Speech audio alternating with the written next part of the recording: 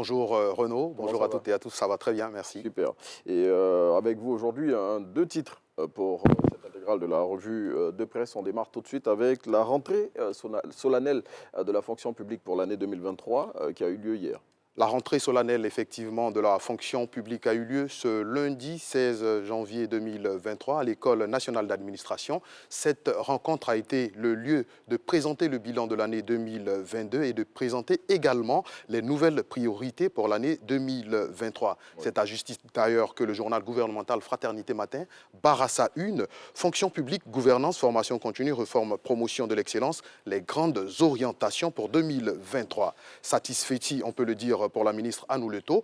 En ce qui me concerne, je considère ce bilan acceptable et encourageant, a fait savoir justement la ministre, qui a également exhorté ses collaborateurs à être plus ambitieux et à avoir le souci de s'améliorer. Elle a ajouté également, nous travaillons dans un secteur sensible qui touche l'image de la République et cette image doit refléter l'ambition du président de la République qui passe par une administration forte, efficace et performante. En tout cas, la ministre a exhorté ses collaborateurs à plus de professionnalisme. Absolument. À plus de clarté dans toutes les actions qui sont... Et justement, pour parler de clarté, à cette occasion, la ministre a donné aux différents responsables des départements les feuilles de route pour cette année 2023 avec pour objectif la réalisation à 100% des objectifs fixés.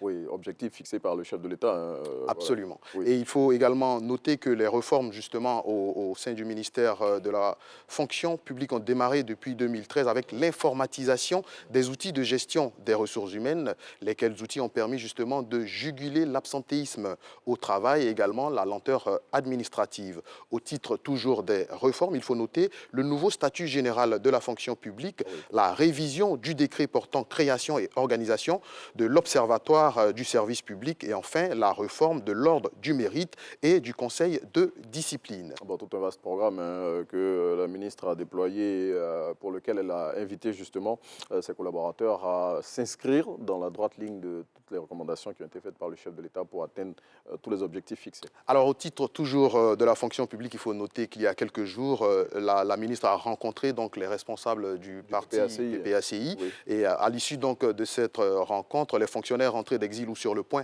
de rentrer qui n'ont pas encore répondu à l'appel de leur tutelle pour réintégrer les services ont finalement jusqu'au 31 janvier 2023 pour le faire. La date du 31 décembre a donc été repoussée par la ministre à l'issue donc de cette rencontre avec les responsables du PPACI. Bon, tout ça aussi, ça s'inscrit dans la droite ligne de la réconciliation nationale qui est tant prônée par le gouvernement ivoirien pour permettre à tous ces frères-là et sœurs qui n'ont pas encore regagné leur poste de pouvoir le faire effectivement. En tout cas, ce qu'il faut retenir, c'est que la ministre Annou Leto est déterminée à faire de la fonction publique un service efficace.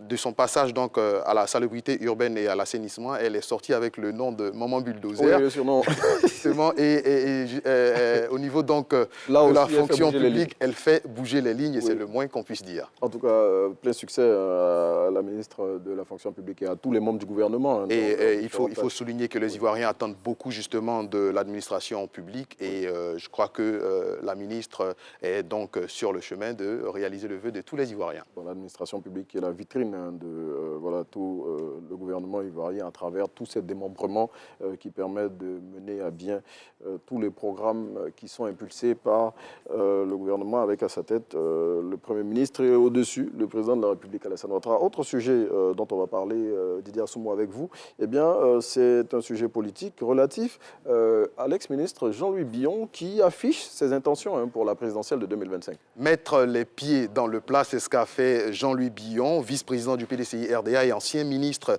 du Commerce. Il a annoncé samedi sur Radio France Internationale son intention d'être candidat à la présidentielle de 2025 et se positionner contre la candidature de l'ancien président ivoirien et président du PDCI RDA, Henri Konan Bédié, à la tête du PDCI depuis 28 ans. C'est le jour plus qui nous fait donc l'écho de cette intervention de Jean-Louis Billon depuis Paris. Il a également demandé le retour de la limite d'âge à 75 ans pour les candidats à la présidentielle.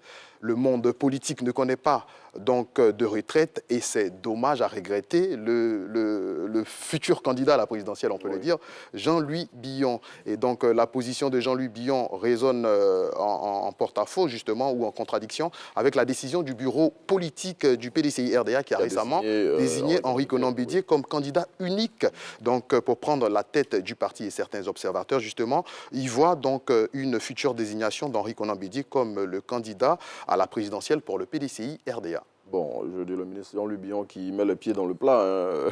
Voilà, il est en train de vouloir secouer la fourmilière PDCI.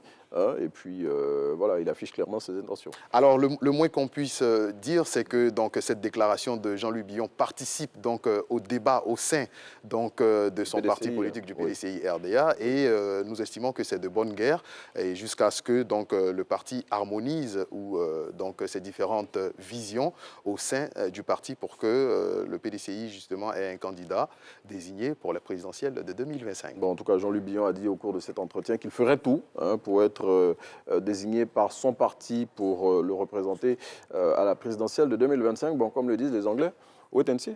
On pourrait dire également qu'il a du pain sur la planche. Bon, en tout cas, comme les Ivoiriens, j'espère qu'il ne va pas tomber dans le pain. Allez, merci Didier d'être venu partager avec nous ces deux titres de l'actualité dans l'intégrale de la revue de presse. C'est ici qu'on va chuter et vous laisser en compagnie de Naomi Amousso à la fée, la belle Naomi, pour la suite de Matin Bonheur.